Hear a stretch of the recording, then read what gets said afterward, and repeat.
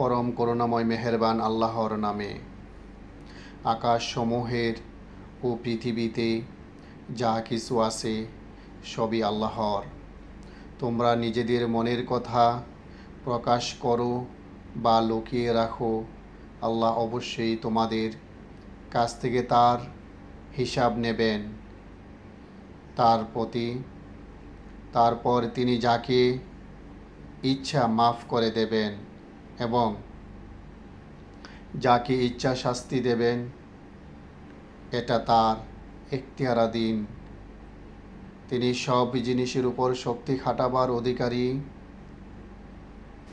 রাসূল সাল্লাল্লাহু আলাইহি ওয়াসাল্লাম তার রবের পক্ষ থেকে তার উপরে যেই হেদায়েত নাজিল হয়েছে তার প্রতি ঈমান এনেছে।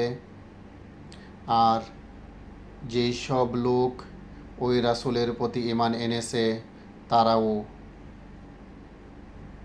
ওই হেদায়েতকে মনে প্রাণে স্বীকার করে নিয়েছে। তারা সবাই আল্লাহকে, তার ফেরেশতাদেরকে, তার কিতাবসমূহকে ও তার রাসূলদেরকে মানে এবং তাদের বক্তব্য হচ্ছে,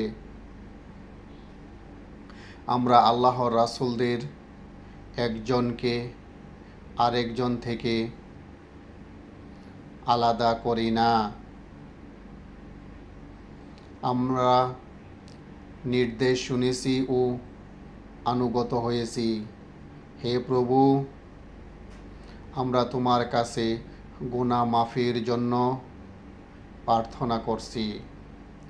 আমাদের তোমারই দিকে ফিরে যেতে হবে। আল্লাহ কারুর উপর তার সামর্থ্যের অতিরিক্ত দায়িত্বের বোঝা চাপান না।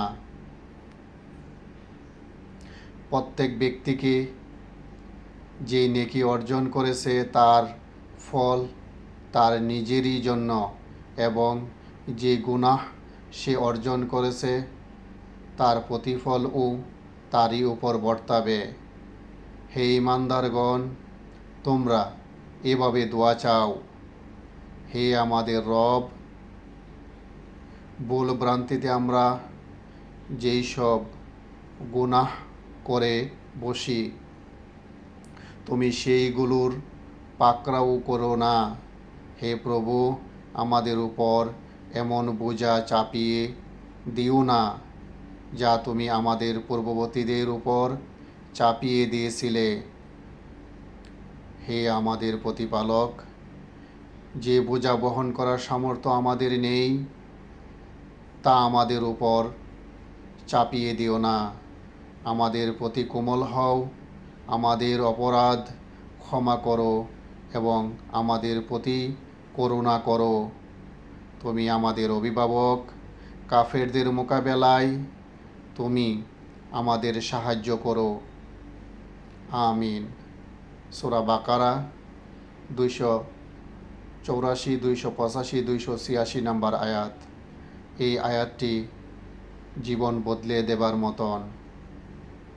আয়াতটি পর